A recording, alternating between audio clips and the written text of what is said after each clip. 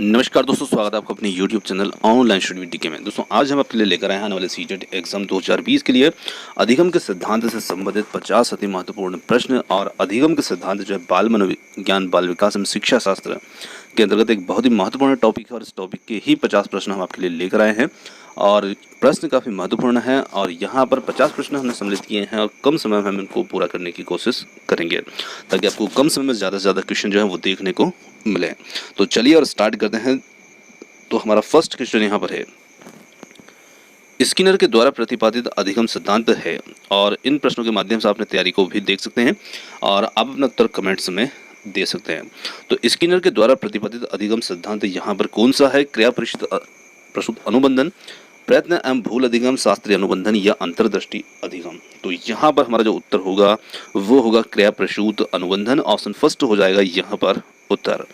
चलिए अगला क्वेश्चन देखते हैं। अल्बर्ट बैंडुरा के द्वारा दिए गए अधिगम सिद्धांत को रिक्त स्थान नाम से भी जाना जाता है। उन्हें किस और नाम से भी जाना जाता है? इनके सिद्धांत को मौखिक अधिगम सिद्धांत, चिन्ह अधिगम सिद्धांत, अवलोकनात्मक अधिगम सिद्धांत या फिर ऑप्शन 4 है अंतर्दृष्टि अधिगम सिद्धांत।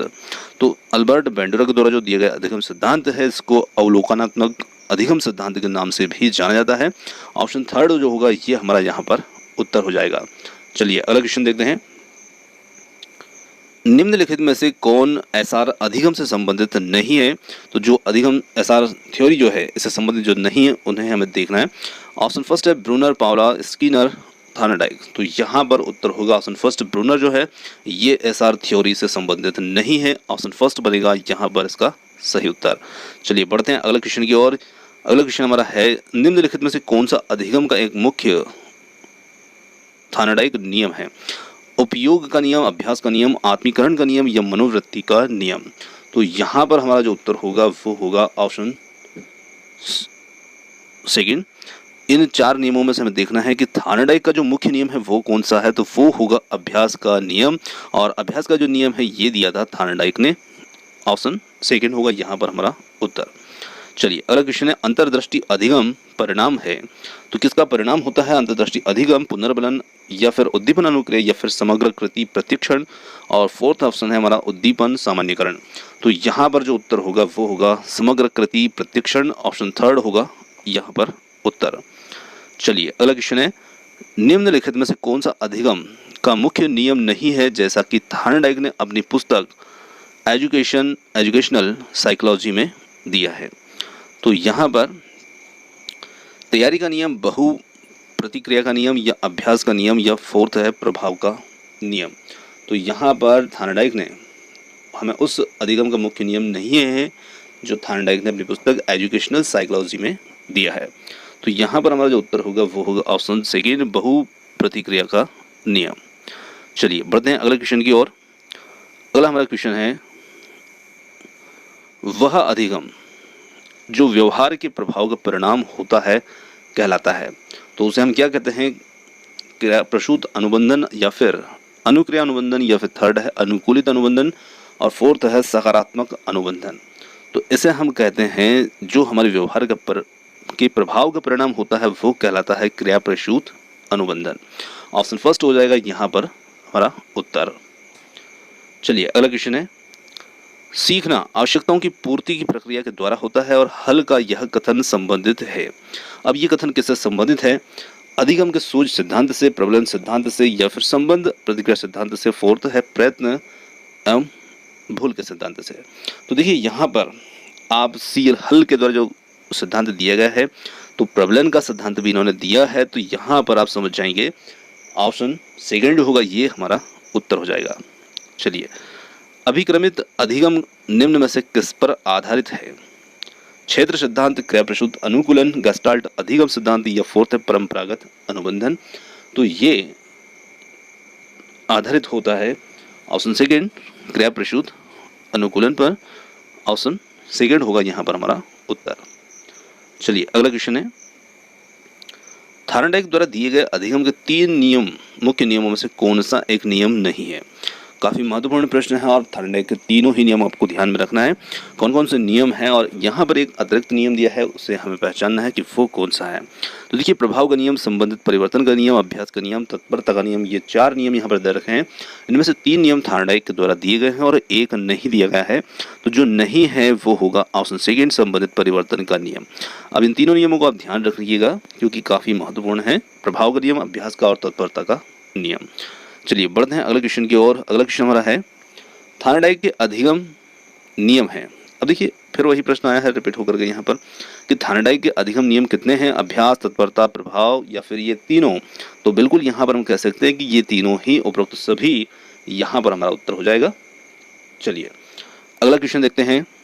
अल्बर्ट बैंडुरा के द्वारा प्रतिपादित अधिगम का प्रकार कहलाता है, क्या कहलाता है? सक्रिय अधिगम, प्रेक्षणात्मक अधिगम, अंतर्दृष्टि अधिगम या फिर अनुभवजन्य अधिगम। तो इसे हम कहेंगे प्रेक्षणात्मक अधिगम, ऑप्शन सेकंड हो जाएगा यहाँ पर उत्तर। अगला हमारा क्वेश्चन है, प्रयत्न व भूल सिद्धांत को दर्शाने के लिए थार्नडाइक ने किस पर प्रयोग किया था? काफी महत्वपूर्ण प्रश्न है। थार्नडाइक की बिल्ली है, तो ध्यान रखिएगा, बिल्ली पर इन्होंने प्रयोग किया था, ऑप्शन सेकंड हो जाएगा। चलिए बढ़ते हैं अगले क्वेश्चन की ओर। थार्नडाइक द्वारा प्रतिपादित अधिगम के मुख्य नियम कितने हैं? तो अभी हमने देखा 3 मुख्य नियम हैं इनके, प्रभाव के, अभ्यास का, तत्परता का। तो यहाँ पर उत्तर भी बन जाएगा हमारा ऑप्शन सेकंड, 3 नियम। चलिए, आसुबेल के अनुसार किस प्रकार के अधिगम में समस्या का समाधान निहित होता है? तो आसुबेल के द्वारा कौन सा अधिगम में समस्या का समाधान निहित होता है, मतलब उसी के अंदर छुपा होता है? रटकर सीखने में या फिर अर्थपूर्ण सीखना, खोजपूर्ण सीखना या निरंतर सीखना? तो यदि देखा जाए तो जो खोजपूर्ण सीखना होता है, जहाँ पर खुद विद्यार्थी खोज करके सीखता है, तो वहाँ पर समस्या का समाधान उसमें निहित होता है, ऑप्शन थर्ड हो जाएगा उत्तर। अगला क्वेश्चन है, थार्नडाइक के अधिगम सिद्धांत का शैक्षणिक महत्व किसमें है? खेलकूद की प्रतियोगिता के अंदर या फिर आदत निर्माण की प्रक्रिया के अंदर? थर्ड है अभ्यास और पुनरावृत्ति के अंदर और फोर्थ है कला शिक्षण के अंदर। तो यहाँ पर हम कह सकते हैं कि थार्नडाइक का जो अधिगम सिद्धांत है वो अभ्यास और पुनरावृत्ति। अब देखिए, आप थार्नडाइक के जो नियम है उनको समझते हैं, तो जो अभ्यास का नियम है, अभ्यास का नियम यही कहता है कि जब हम बार बार किसी चीज़ का अभ्यास करते हैं तो बिल्कुल हम उस चीज़ को सीख जाते हैं। तो अभ्यास करने में हमें उसकी पुनरावृत्ति होती है, और जब बार बार हम प्रयास करेंगे, अभ्यास करेंगे, तो निश्चित हम इस चीज़ में माहिर हो जाएंगे। तो ऑप्शन थर्ड हो जाएगा यहाँ पर हमारा उत्तर, और ये थार्नडाइक अधिगम के सिद्धांत का महत्व इसके अंदर होता है। और इसी प्रकार हम देखते हैं कि गणित और दूसरे अन्य विषय होते हैं, उनमें पुनरावृत्ति के लिए भी कुछ प्रश्न और सवाल दिए होते हैं, तो उसी का कारण होता है। चलिए बढ़ते हैं अगले प्रश्न की ओर। समस्या के अचानक समाधान की वकालत करने वाले सिद्धांत का नाम क्या है? सक्रियात्मक अधिगम, सूझ का सिद्धांत, प्रत्यक्ष एवं भूल का सिद्धांत, और फोर्थ है यहाँ पर अनुबंधन। तो यहाँ पर हमारा जो उत्तर बनेगा वो बनेगा सूझ का सिद्धांत, क्योंकि जब हमारे सामने समस्या आती है तो हम अचानक उसके समाधान की बात करते हैं, तो इस समाधान की वकालत करने वाले सिद्धांत को हम कहते हैं सूझ का सिद्धांत, क्योंकि जब समस्या आती है तभी हम उसके ऊपर सोच विचार करते हैं, अपनी समझ का प्रयोग करते हैं और समस्या से निकलने के लिए अपनी सूझ का इस्तेमाल करते हैं। तो सूझ का जो सिद्धांत होता है ये यहाँ पर लागू होगा। अगला हमारा क्वेश्चन है, अधिगम अंतरण का थार्नडाइक सिद्धांत कहा जाता है? समानता सिद्धांत, अनुरूप तत्वों का सिद्धांत या फिर औपचारिक नियमों का सिद्धांत, और फोर्थ ऑप्शन है इनमें से कोई नहीं। तो यहाँ पर हम इससे अनुरूप तत्वों का सिद्धांत कह सकते हैं, ऑप्शन सेकंड हो जाएगा यहाँ पर उत्तर। अगला क्वेश्चन है, संकेत अधिगम के अंतर्गत सीखा जाता है? पारंपरिक अनुकूलन, मनोविज्ञान, वातावरण या मनोदही? तो इसके अंतर्गत सीखा जाता है पारंपरिक अनुकूलन, ऑप्शन फर्स्ट होगा यहाँ पर हमारा उत्तर।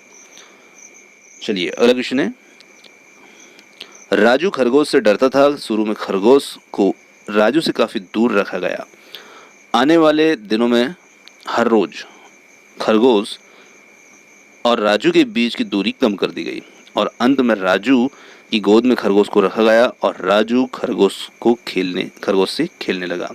तो यह प्रयोग उदाहरण है। अब यहाँ पर एक प्रश्न एक प्रयोग के रूप में दे दिया है और पूछा कि ये कौन से सिद्धांत का एक उदाहरण है? प्रयत्न एवं त्रुटि का, शास्त्रीय अनुबंधन का, और थर्ड है क्रिया प्रसूत अनुबंधन का, फोर्थ है इनमें से कोई नहीं। तो देखिए यहाँ पर शास्त्रीय अनुबंधन का सिद्धांत ये है, ऑप्शन सेकंड हो जाएगा यहाँ पर उत्तर। चलिए बढ़ते हैं अगले क्वेश्चन की ओर। निम्न में से कौन सा उदाहरण बैंडुरा के अवलोकन आधारित अधिगम का नहीं है। विद्यार्थियों के द्वारा केचुए के विच्छेदन को सीखना, क्रिकेट का उत्साह, सामाजिक अध्ययन के प्रति नापसंदगी, और फोर्थ है स्कूल की घंटी बजने पर अपने बस्ते बंद कर लेना। तो बैंडुरा के अवलोकन आधारित अधिगम का जो सिद्धांत यहाँ उदाहरण नहीं है वो होगा स्कूल की घंटी बजने पर अपने बस्ते बंद कर लेना। ऑप्शन फोर्थ होगा हमारा उत्तर। चलिए अगला क्वेश्चन है, राजेश बीमारी के कारण 1 महीने तक विद्यालय नहीं गया और जब विद्यालय गया तो उसे भाग के लंबे सवालों को करना नहीं आया। कई बार के निराशाजनक अनुभवों में असफलता हाथ लगी। लंबे भाग के सवालों को देखते ही वह चिंतित हो जाता है और शास्त्रीय अनुबंधन सिद्धांत के मुताबिक संवेगात्मक स्वाभाविक उत्तेजक है। असफलता को लेकर चिंता या असफलता भग्नाशा, और थर्ड है लंबे भाग के सवाल, फोर्थ है लंबे भाग के सवालों को लेकर के चिंता। तो देखिए वो असफलता उसको बार बार हाथ लग रही है, तो असफलता यहाँ पर उत्तर हो जाएगा ऑप्शन सेकेंड। चलिए अगला क्वेश्चन है, जिस प्रक्रिया में व्यक्ति दूसरों के व्यवहार को देख करके सीखता है ना कि प्रत्यक्ष अनुभव को कहा जाता है। तो देखिए बहुत ही अच्छा प्रश्न है कि जिस प्रक्रिया में व्यक्ति दूसरों के व्यवहार को देखकर सीखता है, स्वयं खुद प्रत्यक्ष अनुभव ना कि स्वयं प्रत्यक्ष अनुभव के, तो यहाँ पर हम उसे कहेंगे सामाजिक अधिगम, अनुबंधन, प्रायोगिक अधिगम या फिर आकस्मिक अधिगम। तो बिल्कुल हम उसे कहेंगे सामाजिक अधिगम, क्योंकि सामाजिक अधिगम के अंदर ही हम दूसरों के व्यवहार को देख करके सीखते हैं। ऑप्शन फर्स्ट होगा यहाँ पर उत्तर। चलिए अगला क्वेश्चन है, 5 वर्ष का राजू अपनी खिड़की के बाहर तूफान को देखता है। बिजली चमकती है और कड़कने की आवाज आती है। राजू शोर सुनकर उछलता है। बार बार यह घटना होती है और फिर कुछ देर शांति के पश्चात बिजली कड़कती है। राजू बिजली की गर्जना सुनकर उछलता है। राजू का उछलना अधिगम के किस सिद्धांत का उदाहरण है? शास्त्रीय अनुबंधन, क्रिया प्रसूत, प्रयत्न भूल या फिर फोर्थ है इनमें से कोई नहीं है। तो ये भी शास्त्रीय अनुबंधन के सिद्धांत पर आधारित है। ऑप्शन फर्स्ट होगा उत्तर। अगला हमारा क्वेश्चन है, अंतर्दृष्टि या सूझ द्वारा सीखना किसने दिया था? कॉलर, गुथरी, कर्ट लेविन या फिर ए बैंडुरा? तो ये दिया था कॉलर के द्वारा। ऑप्शन फर्स्ट होगा यहाँ पर उत्तर। चलिए अगले प्रश्न की ओर बढ़ते हैं। स्किनर के द्वारा प्रतिपादित अधिगम सिद्धांत है क्रिया प्रसूत अनुबंधन, प्रयत्न भूल अधिगम, शास्त्रीय अनुबंधन, अंतर्दृष्टि अधिगम। तो यहाँ पर हम कह सकते हैं कि ये क्रिया प्रसूत अनुबंधन है। Option first. चलिए अगला हमारा क्वेश्चन है, पावलोव के प्रयोग में भोजन को अनुबंधन की भाषा में क्या कहा जाता है? क्या कहा है सॉरी अनुबंधित उद्दीपक, अनुबंधित अनुक्रिया या अनानुबंधित उद्दीपक, फोर्थ है अनानुबंधित अनुक्रिया। तो यहाँ पर ये ऑप्शन थर्ड होगा अनानुबंधित उद्दीपक इसे कहा गया है। चलिए अगला क्वेश्चन है, पावलोव के अनुबंधन प्रयोग में केवल ध्वनि के उपस्थित करने पर होने वाली अनुक्रिया को कहा जाता है या कहते हैं? तो इसे हम क्या कहते हैं? अनानुबंधित अनुक्रिया, अनानुबंधित अनुक्रिया, अवयव अनुक्रिया या फिर अदृश्य अनुक्रिया। तो यहाँ पर इसे हम कहेंगे अनुबंधित अनुक्रिया। ऑप्शन सेकंड होगा उत्तर। चलिए अगला क्वेश्चन है, पावलोव के अनुबंध प्रयोग में भोजन के पूर्व उपस्थित ध्वनि को क्या कहते हैं? अनुबंधित उद्दीपक, अनानुबंधित उद्दीपक, विलंबित उद्दीपक या फिर ध्वनात्मक उद्दीपक? तो इसे हम कह सकते हैं कि ये अनुबंधित उद्दीपक है। ऑप्शन फर्स्ट होगा यहाँ पर हमारा उत्तर।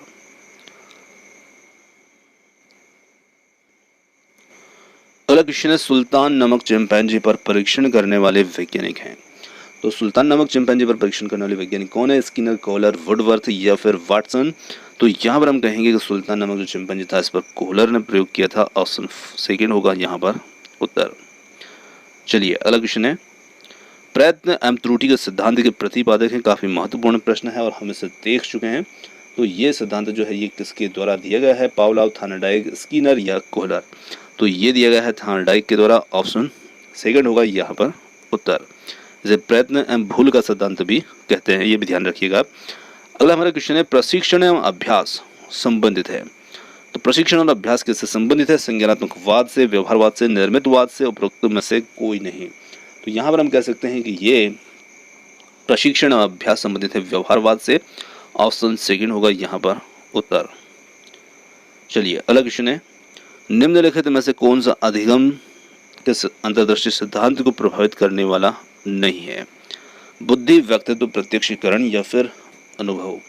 तो यहाँ पर हम कह सकते हैं कि जो व्यक्तित्व है ये अधिगम के अंतर्दृष्टि सिद्धांत को प्रभावित करने वाला नहीं है। ऑप्शन सेकंड हो जाएगा हमारा उत्तर। चलिए अगला क्वेश्चन है, गेस्टाल्टवाद के जन्मदाता कौन है? तो यहाँ पर चार ऑप्शन दिए हैं, स्किनर, वर्दिमर, जिसे वर्दाइमर भी कहते हैं, विनय या स्पिनोविच। तो यहाँ पर जो उत्तर बनेगा गेस्टाल्टवाद के जन्मदाता जो है वर्दिमर है। ऑप्शन सेकंड होगा यहाँ पर उत्तर। तो देखिए कहीं पर ये वर्दिमर इस प्रकार भी लिखा जाता है, कहीं पर वर्दाइमर, थोड़ा सा अलग अलग लिखने की वजह से ये हो सकता है। चलिए अगला क्वेश्चन है, पियाजे के द्वारा प्रयुक्त ना किया गया नाम खोजें। आत्मीकरण, संगठन, स्कीमा या फिर उदात्तीकरण। तो यहाँ पर उत्तर बनेगा उदात्तीकरण। ऑप्शन फोर्थ होगा यहाँ हमारा उत्तर। चलिए अगला क्वेश्चन है, व्यवहारवाद पर आधारित अधिगम सिद्धांतवादी इस विश्वास को मानते हैं कि बालक स्वाभाविक अधिगम करता है, वातावरण में व्यक्ति को बदल सकता है, थर्ड है सभी प्रकार का व्यवहार सीखा जा सकता है, और फोर्थ है प्रत्येक व्यक्ति सब कुछ सीख सकता है। तो यहाँ पर कहा जा सकता है कि जो व्यवहारवाद पर आधारित जो अधिगम सिद्धांतवादी हैं वो किस बात को मानेंगे? तो वो मानेंगे सभी प्रकार का व्यवहार सीखा जा सकता है। ऑप्शन थर्ड होगा यहाँ पर हमारा उत्तर, क्योंकि हमें व्यवहारवादी सिद्धांत के अनुरूप इसे देखना है। चलिए अगला क्वेश्चन है, पावलोव व स्किनर निम्न में से किससे संबंधित हैं? तो ये किससे संबंधित है? संरचनावाद, प्रकारवाद, व्यवहारवाद, गेस्टाल्ट, मनोविज्ञान। तो पावलोव व स्किनर जो है ये व्यवहारवाद से संबंधित हैं। ऑप्शन थर्ड होगा यहाँ पर हमारा उत्तर। चलिए अगला क्वेश्चन है, मनोविज्ञान के किस संप्रदाय में तथ्यात्मक एवं वस्तुनिष्ठ विधियों के अध्ययन के उपयोग पर बल दिया है? मनोविश्लेषणवाद, संरचनात्मकवाद या व्यवहारवाद या फोर्थ है संज्ञानवाद। तो यहाँ पर जो बल दिया गया है वो होगा व्यवहारवाद पर। Option third. चलिए अगला क्वेश्चन है, गेस्टाल्ट का अर्थ है, काफी अच्छा प्रश्न है, महत्वपूर्ण है, कई बार पूछा भी जा चुका है। गेस्टाल्ट का क्या अर्थ होता है? पूर्णकार, संज्ञान, अंतर्दृष्टि या फिर अनुबंध। तो गेस्टाल्ट का अर्थ होता है पूर्णकार। ऑप्शन फर्स्ट बनेगा यहाँ पर हमारा उत्तर। चलिए बढ़ते हैं अगले प्रश्न की ओर। निम्नलिखित में से कौन सा कथन सत्य है? चार विकल्पों को देखना है और सत्य को पहचानना है। फर्स्ट है, घोड़े को तालाब तक ले जाया जा सकता है और उसको पानी पीने के लिए बाध्य किया जा सकता है।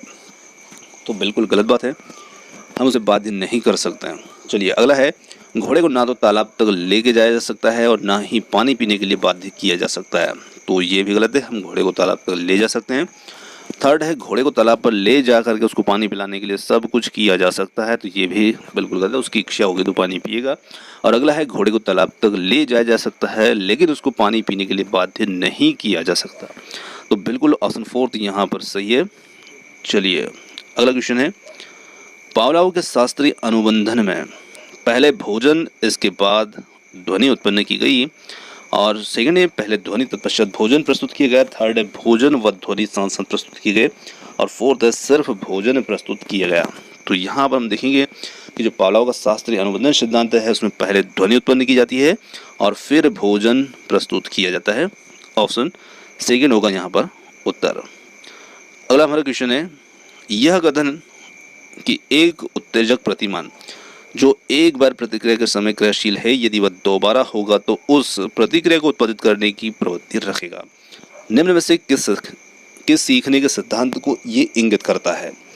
हल का प्रबलन सिद्धांत या फिर गुथरी का प्रतिस्थापन सिद्धांत। थर्ड है सीखने का क्षेत्र सिद्धांत और फोर्थ है स्किनर का प्रबलन सिद्धांत। तो ये गुथरी का प्रतिस्थापन सिद्धांत है। ऑप्शन सेकंड हो जाएगा यहाँ पर इसका सही उत्तर। चलिए अगला क्वेश्चन है, B.F. स्किनर के अनुसार बच्चों में भाषा का विकास निम्नलिखित का परिणाम है?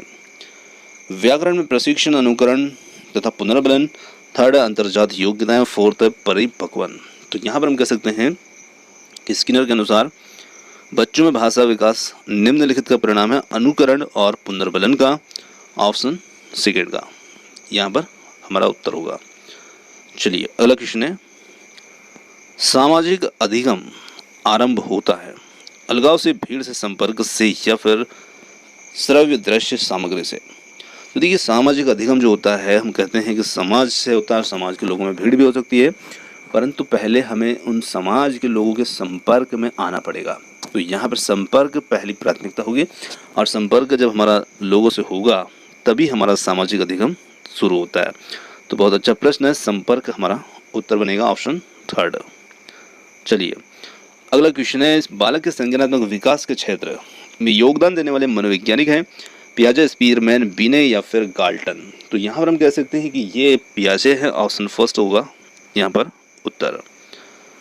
अगला हमारा क्वेश्चन है, पियाजे ने संज्ञानात्मक विकास के जो कारक अनिवार्य माने हैं उनमें से नहीं हैं जैविक परिपक्वता, भौतिक परिवेश के अनुभव, सम संयोजन या फोर्थ है कक्षा कक्ष के अनुभव। तो यहाँ पर हम कह सकते हैं कि कक्षा कक्ष के जो अनुभव हैं वो संज्ञानात्मक विकास के कारक अनिवार्य नहीं माने हैं। चलिए अगला क्वेश्चन है, निम्नलिखित में से कौन सी अवस्था संप्रतियों के संपूर्ण विकास की अवस्था है और पियाजे के अनुसार निम्न है। अमूर्त संक्रियात्मक अवस्था, मूर्त संक्रियात्मक अवस्था, और थर्ड है इंद्रिय जनित कामक अवस्था, और फोर्थ है पूर्व संक्रियात्मक अवस्था। तो यहाँ पर जो उत्तर होगा वो होगा फर्स्ट ऑप्शन, अमूर्त संक्रियात्मक अवस्था। ये संप्रतियों के संपूर्ण विकास की अवस्था है। चलिए अगला क्वेश्चन है, स्किनर के द्वारा प्रतिपादित अधिगम सिद्धांत है। तो स्किनर के द्वारा जो प्रतिपादित सिद्धांत है अधिगम का कौन सा है, क्रिया प्रसूत, प्रयत्न, भूल, शास्त्रीय अनुबंधन, और फोर्थ है अंतर्दृष्टि अधिगम। तो क्रिया प्रसूत अनुबंधन का सिद्धांत ये है, ऑप्शन फर्स्ट हो जाएगा उत्तर। चलिए अगला क्वेश्चन है, अल्बर्ट बैंडुरा के द्वारा दिए गए अधिगम सिद्धांत को रक्तस्थान नाम से भी जाना जाता है। ये क्वेश्चन हमारा रिपीट हो गया है, चलिए कोई बात नहीं, तो आपने इसका उत्तर पहले देखा ही है। तो ये अवलोकनात्मक अधिगम सिद्धांत से संबंधित नाम से भी जाना जाता है। चलिए अगला हमारा क्वेश्चन है, निम्नलिखित में से कौन ऐसा अधिगम सिद्धांत से संबंधित नहीं है। तो ये भी हमारा क्वेश्चन रिपीट हो गया है। चलिए दो क्वेश्चन हमारे रिपीट हो गए हैं, कोई बात नहीं। तो ये ब्रूनर, ऑप्शन फर्स्ट जो होगा यहाँ पर हमारा उत्तर होगा। ये सारा अधिगम से संबंधित नहीं है। दोस्तों ये थे आज के हमारे अधिगम के सिद्धांत से संबंधित 50 अति महत्वपूर्ण प्रश्न आपको कैसे लगे कमेंट्स करके बताइएगा, और वीडियो पसंद आता तो वीडियो को लाइक, शेयर और चैनल को सब्सक्राइब करना ना भूलिएगा। आप हमारे साथ समय तक बने रहे उसके लिए बहुत बहुत धन्यवाद। Thank you so much. मिलते हैं जल्द ही एक और नए किसी वीडियो के साथ।